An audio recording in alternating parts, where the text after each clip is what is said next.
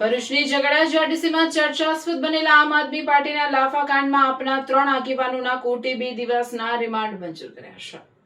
ભરૂચની ઝઘડા જીઆઈડીસીમાં ચર્ચાસ્પદ બનેલા આમ આદમી પાર્ટીના લાફાકાંડ મામલે પોલીસે વધુ કાર્યવાહી હાથ ધરી છે। ઝઘડા જીઆઈડીસી પોલીસે ભરૂચ જિલ્લા આપ પ્રમુખ પિયુષ પટેલ, જિલ્લા પંચાયત સભ્ય રજની વસાવા અને સર્જન વસાવાની ધરપકડ કરી હતી। ધરપકડ બાદ ત્રણેય આરોપીઓને ઝઘડિયા કોર્ટમાં રજૂ કરવામાં આવ્યા હતા। કેસની તપાસ માટે પોલીસે રિમાન્ડની માંગણી કરતા કોર્ટે ત્રણેય આરોપીઓના 2 દિવસના પોલીસ રિમાન્ડ મંજૂર કર્યા હતા। ઉલ્લેખનીય છે કે એપ્રિલ 2026માં ઝઘડા જીઆઈડીસીમાં આવેલી મેટ્રોપોલિટન એક્ઝિકેમ કંપનીમાં આગ લાગવાની ઘટના બાદ પોલીસે અનેક વ્યક્તિ સાથે થયેલી તકરારના મામલે ગુનો નોંધાવ્યો હતો।